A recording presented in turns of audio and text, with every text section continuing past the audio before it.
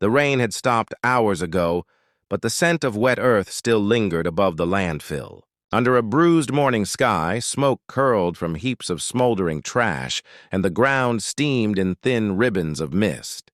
Among the broken things, a shadow moved. A German shepherd, ribs sharp beneath matted fur, pacing between rusted cans and torn plastic. His name, though no one had called it in months, was Rex. He had once belonged to someone, once had a collar that gleamed in the sun and a boy who laughed when he ran. Now only the wind remembered. Every dawn, the garbage trucks came, roaring like beasts from the city. The workers shouted, birds scattered, and Rex hid behind an overturned fridge. He waited until the engines faded, then searched the new piles for scraps. Half-eaten bread, a bruised apple, something to keep him alive one more day. He didn't bark anymore. Barking brought stones. People had stopped being kind. But that morning, a small sound reached his ears, softer than the trucks, gentler than the rain, the hum of a car engine that didn't belong here. It rolled to a stop near the edge of the landfill. The door opened. A woman stepped out, careful not to sink into the mud. She wore old boots, a blue jacket too thin for the wind, and carried a small plastic bag. Rex froze. She looked around, eyes searching the wrecked hills until she saw him. Their gazes met for a heartbeat, her calm, his wild. She crouched, placed something on the ground, and backed away. Inside the bag, the scent of cooked rice and chicken drifted through the air. Rex didn't move. She waited, whispering softly, words he didn't know but tones he understood, kindness without demand. After a while, she returned to her car and left. The shepherd waited long after the sound of the engine disappeared. Only then did he approach. The food was still warm. He ate quickly, licking the plastic clean, tail twitching once, a forgotten reflex of joy. The next day she came again. Same hour, same slow steps, another small bag. She didn't try to touch him, didn't even come close. She just left the food and spoke in that soft, steady way that made the landfill seem less cruel. Day after day she returned. Sometimes with bread soaked in broth, sometimes just dry biscuits, always with that same patience. And slowly, Rex began to wait for her. He learned the sound of her car, different from the trucks, smoother, lighter. When it approached, he no longer hid. He stood on the ridge of trash and watched her come. On the 10th day, she smiled and said, "Good boy," as she placed the food down. The words struck something deep inside him. Good boy. He remembered that phrase, remembered hands that once stroked his ears, remembered running in fields before the world turned to rust. That night he dreamed for the first time in months, dreamed of grass, of a boy's laughter echoing through the wind. When he woke, the landfill didn't look as hopeless. The morning light caught the puddles like small mirrors, and the crows seemed less cruel. Days turned into weeks. Sometimes she brought a thermos and sat on a rock while he ate, reading from a small notebook. Her name, written on the cover, was Mira. He didn't know the meaning, but the sound of it was gentle. Mira spoke to him as if he were human, telling him about her day, about the children she taught at the school nearby, about how the world could still be good if you looked close enough. He listened from a distance, ears twitching, tail slowly wagging behind a pile of broken crates. Each time she left, she would say, "See you tomorrow, shepherd." And he believed her. Then one morning, she didn't come. The trucks arrived and left. The day passed. The landfill sank into silence. Rex waited until sunset, eyes fixed on the road, stomach growling. The next day, she was still gone. Fear returned, crawling up his ribs like cold fingers. People always left. Maybe she had too. Maybe kindness was only a trick of the wind. On the 3rd day, hunger pushed him toward the road. He followed the faint scent of her car through the ditch, across the broken fence, and down to the old village lane. Children stopped playing to stare at the muddy dog limping past. An old man threw a pebble. Rex ran until his lungs burned. He found the small schoolhouse by the smell, chalk dust, grass, and Mira's scent, faint but real. She was there, standing by the gate, talking to another teacher. When she saw him, surprise widened her eyes, then softened into a smile. "You came looking for me," she whispered. She walked closer, slow and calm, crouching as always. Rex stayed still, trembling but unmoving. Mira reached into her bag, pulled out a piece of bread, and placed it between them. The distance that had once been 20 steps was now only 5. He took a hesitant step forward, then another, until his nose brushed the ground near her boot. The smell of soap, fabric, and something human filled his senses. He ate, and she didn't move. When he finished, she extended her hand just slightly, letting him sniff her fingers. Her hand smelled like rice and kindness. He didn't flinch when her fingertips touched his fur. The moment was small, but for Rex, it was the world turning gentle again. From that day, he waited at the school instead of the landfill. Mira began bringing extra food at lunchtime. The children called him Guardian, and he stood by the gate as if the title were sacred. He barked when strangers came too close, wagged his tail when the children laughed. The landfill became a memory, fading like a bad dream. But even as he found warmth again, part of him never forgot the smell of smoke and rot that had shaped his loneliness. Sometimes at night, when the world was quiet, he would lift his head and listen to the distant rumble of garbage trucks.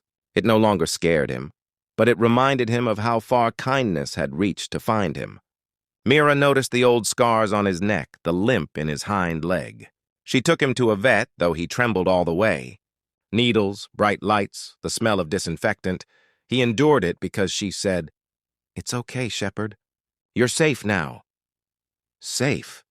Another word that once belonged to another life but now meant her. Weeks passed into months. His coat grew thick again. His eyes brightened. He learned her routine, the rhythm of her steps, the sound of her laughter when children teased him with biscuits. The world began to smell like hope again. Yet sometimes, when thunder rolled, he still flinched, remembering nights at the landfill when rain fell like knives. Mira would sit beside him during storms, hand resting lightly on his back. "You're not alone anymore," she'd whisper. He didn't understand the words, but he felt their warmth sink into his bones. One evening, as sunset burned the horizon gold, Mira walked home with him trailing behind. They crossed the narrow bridge that led to her small house by the fields. Fireflies blinked above the water, and frogs sang from the reeds. "Come on," she said softly. "You can stay if you want." Rex hesitated at the gate, glancing back toward the distant landfill. The ghosts of hunger and fear still whispered there, but so did the memory of the woman who had come through the rain and never thrown stones. He took a step forward, then another, until the gate clicked shut behind him. That night, for the first time in years, he slept on a dry floor. Mira placed a blanket beside the kitchen stove. He curled up, sighing, eyes heavy but peaceful. The smell of warmth and food filled the air. Outside, the rain began again, tapping softly on the roof, but inside the little house, the storm was only a lullaby. And in the dim light, Mira watched him, whispering, "Good boy, Shepherd. You're home." The first light of morning slipped through the thin curtains of Mira's small kitchen, landing on Rex's fur like gold dust. He stirred, stretching his paws, listening to the gentle hum of life around him, water boiling, birds chirping, Mira humming softly as she prepared breakfast. The world no longer smelled of rust and smoke. It smelled of warmth and bread. When she turned and saw him awake, she smiled. "Good morning, Shepherd." Her voice was the kind that made walls feel less like barriers and more like comfort. He wagged his tail once, still shy, but enough for her to laugh. That sound filled the house like sunlight. Every morning followed that rhythm. Mira would leave for the school, and Rex would wait by the gate, watching her disappear down the road lined with wildflowers. He guarded her home until she returned, and when she did, he greeted her with soft barks and eager eyes. She always said the same words, "You've been waiting, haven't you?"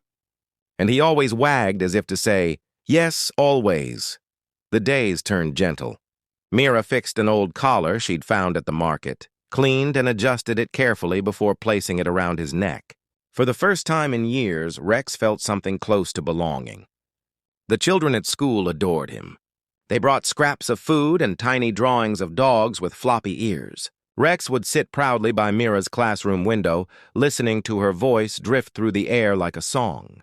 The sound soothed him more than rain on a roof. But inside him, the old instincts never fully vanished. Loud noises still made him flinch. The sudden clang of metal still carried the ghost of the landfill. One afternoon, as Mira was reading aloud under a tree, a truck backfired nearby. The sharp echo sliced through the calm.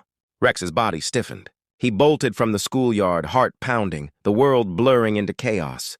He didn't know where he was going, only away. Mira's voice called his name, fading behind him. He ran until his legs trembled, and the scent of the landfill hit his nose again. The stench of rot, oil, and smoke wrapped around him like an old nightmare. He stopped at the ridge, panting, staring down at the place that had once been his world. The same broken fridge, the same crows circling above. But it didn't feel like home anymore. It felt smaller, colder. He lowered his head and whined softly.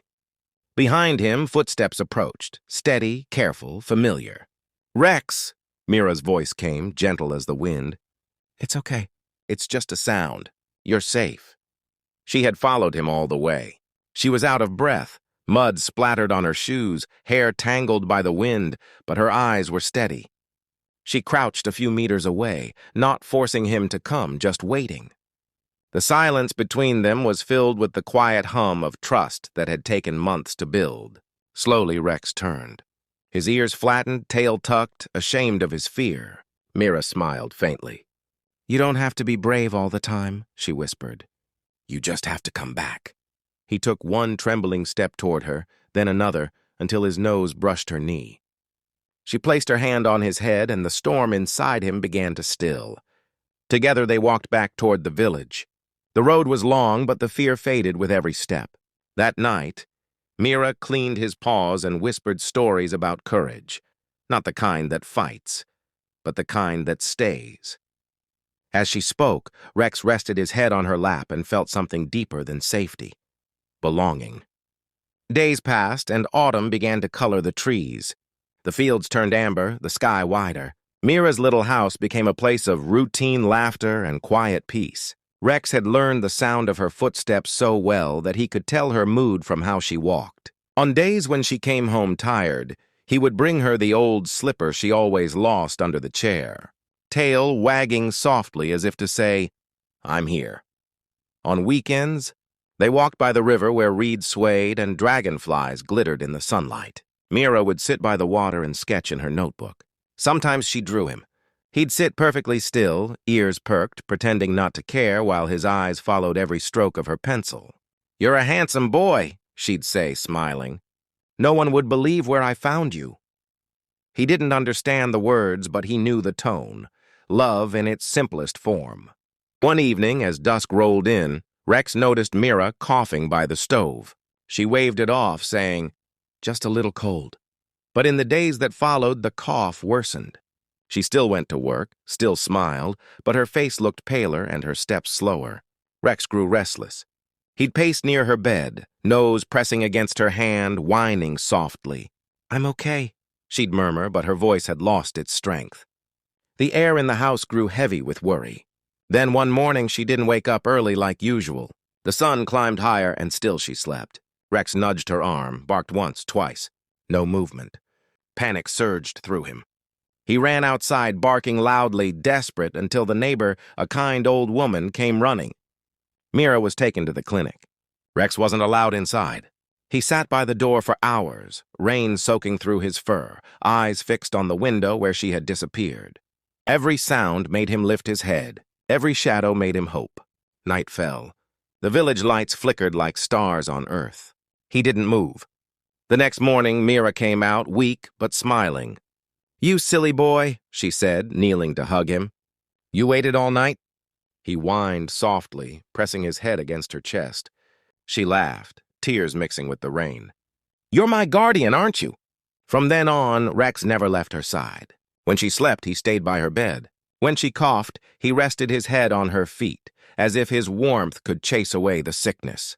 Slowly, she recovered. The color returned to her cheeks, the laughter to her voice. The winter that followed was cold, but their home stayed warm.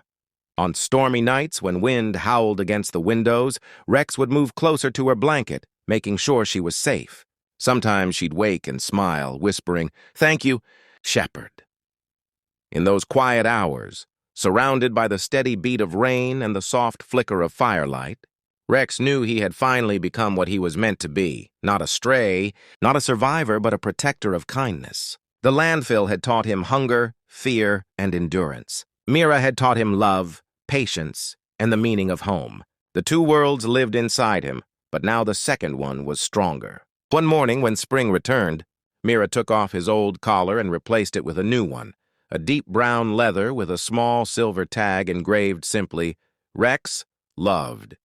She clipped it gently and kissed his head. "You earned this," she whispered. He wagged his tail slowly, eyes bright. The field outside shimmered with new grass, the air filled with the scent of rain and blossoms. For the first time, Rex ran without fear. He ran across the meadow, paws kicking up dew, the wind rushing through his fur. Mira laughed from the gate, clapping her hands. "Go, shepherd," she called. And in that moment, the landfill dog who had once searched for scraps among the broken things was gone. What remained was something whole, something free, something loved. Summer crept over the village like a quiet promise. The fields glowed golden, the air hummed with insects, and the river ran low and clear. Rex spent his mornings following Mira through the meadows, his ears flicking to every sound, his eyes soft but watchful. He had learned the rhythm of her days, the scrape of the chair when she sat to write, the ring of her keys before she left, the faint whistle she made when she was happy. The house had become their world, small but alive. Every evening, Mira would light a lantern on the porch and sit with a cup of tea. Rex would rest beside her, head on her feet, watching the stars bloom over the fields. "You know," she said once, voice low and thoughtful, "I think you saved me too." He lifted his head, tilting it in that curious way that always made her smile. "After my husband died," she continued softly, "I thought silence would swallow me. I didn't speak to anyone for months. Then I saw you at that landfill. You looked at me like I mattered again." She ran a hand through his fur, sighing. "I guess we both needed rescuing." Rex didn't understand her words, but he felt their weight. He nudged her hand gently, as if to say he was listening. In the following weeks, life grew full again. Children came by after school to bring Mira flowers and biscuits for Rex. He became something of a legend in the village, the stray who'd found a teacher and never left her side. Travelers who passed through would sometimes stop just to take pictures of the beautiful shepherd who sat proudly at the gate. But with fame came danger. One afternoon, a man in a dusty pickup stopped by the school. He asked too many questions: where Mira had found the dog, whether he had a tag before. "He looks like a trained one," the man muttered. "Might have been mine. Got lost a year ago near the highway." Mira's heart tightened. She looked at Rex, lying calmly in the shade. His eyes, so full of loyalty, met hers. She smiled politely. "I don't think so. He's mine now." The man frowned but left. That night, Mira couldn't sleep. What if someone tried to take him? The thought hollowed her chest. She reached down and felt the tag she'd given him. "Rex, loved," and whispered, "No one's taking you away." Days passed without incident, but the unease lingered. Mira began keeping the gate locked. Rex, sensing her tension, grew more alert. His ears twitched at every noise. Yet life, as it does, found its rhythm again. The bond between them deepened into something wordless, a trust that didn't need explanation. Then one evening, the past returned. Mira had gone to town for supplies. The sun was sinking and the sky burned orange when Rex heard the growl of an engine near the gate. It was the same pickup. Two men stepped out. Their boots crunched the gravel. "There he is," one said. "Told you he was mine." They moved closer, calling in sharp tones. Rex's body stiffened. He didn't know these voices. They smelled like oil and alcohol. Rex lunged forward, teeth bared, fur bristling. The men staggered back, cursing but pressed on, ropes in hand. His paws dug into the earth, claws gripping, muscles coiled. He had never felt such urgency, the need to protect Mira, the home, the life they had rebuilt. The first rope missed him by inches. The second struck the fence post. Rex twisted, growling, snapping the air. Fear and anger melded into pure motion. Just as one man leapt to grab him, a shrill whistle cut through the tension. Mira appeared at the edge of the yard, lantern in one hand, her other arm raised high, a stick clenched firmly. "Rex, no!" she shouted, voice cracking with fear and command. He paused, ears pricked, glancing at her. The whistle had been their signal, their wordless understanding, honed in months of quiet companionship. For a heartbeat, chaos hung suspended. Then the men surged again, but Rex was ready. He darted between them, fast and furious, teeth snapping at jackets and ankles. One man fell back, tripping over the uneven ground. The other lunged, but Rex pivoted, spinning around him, a whirlwind of fur and determination. Mira ran, throwing the lantern in the air to distract. Light danced across the yard, catching the men off guard. Rex seized the moment, charging with all the strength he had, knocking the nearest man to the ground. Dust rose in golden clouds. The intruders cursed, scrambling to regain balance, then fled toward the pickup, but Rex didn't follow. He stayed, panting, eyes fixed on Mira as she reached him. Kneeling, she buried her face in his neck, tears wetting his fur. "You saved us," she whispered, voice raw. "You saved me again." The night settled over them, still trembling with adrenaline. Rex lowered his head, resting against her shoulder, heart slowing, the danger gone for now. From that night on, Mira made no mistake. Rex was not just a companion. He was a guardian, her silent strength against the world. Weeks turned into months. Winter's chill began creeping into the village, frosting the windows and crunching underfoot. Yet inside, the warmth of their bond never wavered. Mira's students continued to come, laughing and chattering, often pausing to stroke Rex or leave a biscuit by the gate. The local paper wrote an article about the hero shepherd of Willow Creek, complete with photographs of Rex sitting proudly beside Mira. Letters poured in, people inspired, hearts touched, stories of their own animals who had saved them in ways small or great. One letter, however, was different. It was from a distant animal sanctuary, requesting that Mira consider fostering other dogs in need, just as she had once saved Rex. Mira looked down at him, eyes glistening, and whispered, "Shall we?" Rex barked softly, as if in agreement. Their journey, born from tragedy and stitched together with patience, love, and trust, was far from over.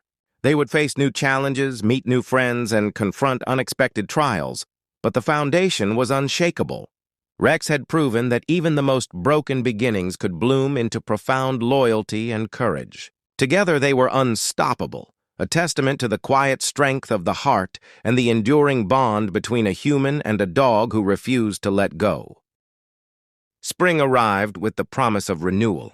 Willow Creek transformed from a frost-kissed village into a riot of green, with wildflowers pushing through damp soil and streams burbling with thawed snow. Mira walked Rex along the old forest trail, the sunlight dappling through budding branches. Birds called overhead, and the air smelled of wet earth and growing things. It was peaceful, almost deceptively so, because Mira knew life had a way of testing the strongest bonds.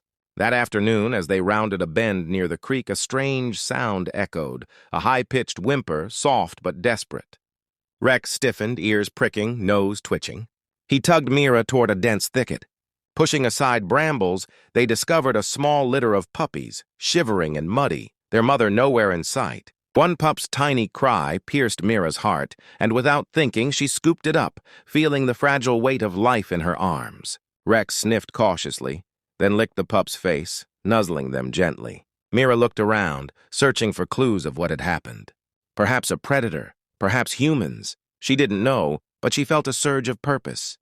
They couldn't leave them here. Back at the cabin, Mira set up a warm corner, blankets piled high, bowls of milk and water. Rex hovered protectively, guiding the puppies gently with nose and paw, teaching them to trust. Days passed, and the bond grew. Mira named them one by one: Sable, Ember, Ash, and Willow, tiny echoes of the forest they were found in. The village children came to visit, their laughter mingling with the soft yips and barks. Mira taught them about kindness, responsibility, and respect for all creatures. but she also understood that the lessons ran both ways. Rex watched over the growing family like a seasoned guardian, demonstrating patience and courage in ways only a dog could. One evening, a storm rolled in, heavy and relentless. Rain battered the roof, wind rattled windows, and lightning slashed across the sky. Mira gathered the puppies close, whispering soothing words, her voice trembling slightly with anxiety. Rex lay at the entrance, ears alert, scanning the forest beyond for any threats. Lightning illuminated shadows of tree limbs, and thunder shook the cabin. Suddenly, a sharp knock at the door cut through the storm. Mira hesitated. Visitors at this hour, in this weather, were rare. Rex growled softly, warning her to be cautious. Taking a deep breath, Mira opened the door to reveal a young man, soaked and shivering, carrying a small, injured fox in a makeshift bundle. I found him on the road, he stammered. I didn't know where else to go. Mira's heart leapt. Come in, quickly. Rex sniffed the stranger carefully, but relaxed as the man's hands trembled while placing the fox on a towel. Mira examined the little creature, noticing a fractured leg and bruised side. We'll take care of him, she assured, her voice firm with calm determination. Days turned into weeks again as the cabin filled with life and responsibility. Mira's home became a sanctuary, not only for abandoned dogs, but for creatures of every kind who needed care. A testament to her unwavering compassion. Through it all, Rex remained her steadfast partner, protector, and teacher, guiding the newcomers with gentle authority, showing that courage and kindness were inseparable. Even as challenges arose, Mira felt the unspoken truth. Love, when nurtured, created strength far greater than any obstacle. The forest, the creek, the cabin, they were alive with stories of survival, resilience, and unwavering loyalty. And Mira knew this was only the beginning. Summer came in waves of golden heat, sunlight pouring through the treetops and warming the forest floor. Mira had grown into her role as a guardian, not just of Rex and the puppies, but of every vulnerable creature that crossed her path. The cabin buzzed with energy. Sable, Ember, Ash, and Willow now explored boldly, tails high, learning the forest's secrets under Rex's watchful eye. One morning, as Mira collected herbs along the creek for the animals' meals, a soft rustling drew her attention. Peering into the undergrowth, she discovered a fawn, limping and trembling, its mother nowhere in sight. Heart tightening, Mira approached slowly, speaking in soft tones. Rex padded silently behind her, instincts on alert. The fawn allowed her near, eyes wide and fearful, but sensing the kindness radiating from Mira and the calm assurance of Rex, it did not flee. Gently, Mira lifted the fawn, wrapping it in a light blanket. Back at the cabin, she prepared a corner with extra warmth, feeding it with a small bottle of milk. The puppies circled curiously, sniffing the new arrival while Rex stood guard. Days turned into weeks. The fawn, whom Mira named Lumen, grew stronger, learning to trust humans and animals alike. The cabin, once quiet and isolated, was now a lively hub of interspecies friendship. Visitors came from the village to help, each bringing supplies, learning, and stories. Mira's work became a beacon of hope in the region, attracting people who shared her passion for rescue and rehabilitation. Yet despite the increasing activity, Mira remained grounded, understanding that every life saved required patience, attention, and deep empathy. One evening, as the sun dipped low, casting long shadows across the forest, a storm approached. Thunder rumbled ominously, and dark clouds churned in the sky. Mira checked on all the animals. Puppies curled together, Lumen resting quietly, Rex patrolling the perimeter. Lightning split the sky, and a sudden violent gust shook the cabin. A loud crash followed. Trees toppled near the creek, branches snapping, water rising in a sudden surge. Mira's heart raced. She quickly gathered the animals, guiding them to the reinforced shelter she had prepared for emergencies. Rex barked sharply, herding the puppies and Lumen with unwavering determination. Outside, the storm raged, but inside, Mira's courage and planning held firm. After hours, the tempest finally passed, leaving the forest soaked but intact. Exhausted yet relieved, Mira looked around at the safe, tired, and grateful faces of those she protected. That night, She sat with Rex under the stars, the cool air heavy with the scent of rain-soaked pine. Silence enveloped them, broken only by soft breaths and distant forest sounds. Mira realized that this life, chaotic, unpredictable, and full of challenges, was exactly where she was meant to be. She had become part of a network of trust, love, and resilience, a force that brought together humans and animals in a delicate harmony that defied the harshness of the world outside. And as she drifted into a light, peaceful sleep, she knew that no matter what storms, literal or metaphorical, would come, they would face them together, strengthened by bonds forged through care, courage, and unwavering kindness. Autumn arrived with a crispness in the air, the forest painted in hues of amber, crimson, and gold. Mira walked along the leaf-strewn path with Rex at her side. The puppies now strong and adventurous, Lumen prancing beside them. Life had settled into a rhythm, each day a balance of care, discovery, and quiet reflection. Word of Mira's sanctuary had spread far beyond the village. Volunteers came from cities and towns, inspired by tales of her courage and the extraordinary animals she had nurtured. Together, they repaired the old cabin, expanded enclosures, and built spaces for animals in need. One morning, Mira discovered a small group of abandoned raccoons near the creek, their cries piercing the quiet. Without hesitation, she brought them into the cabin, introducing them gently to the other creatures. Rex sniffed them carefully, then nudged them with approval. The puppies, now playful and confident, danced around the newcomers, forging instant bonds. Mira named the raccoons Orion, Nova, and Vega, each quickly adapting to the safe haven she had created.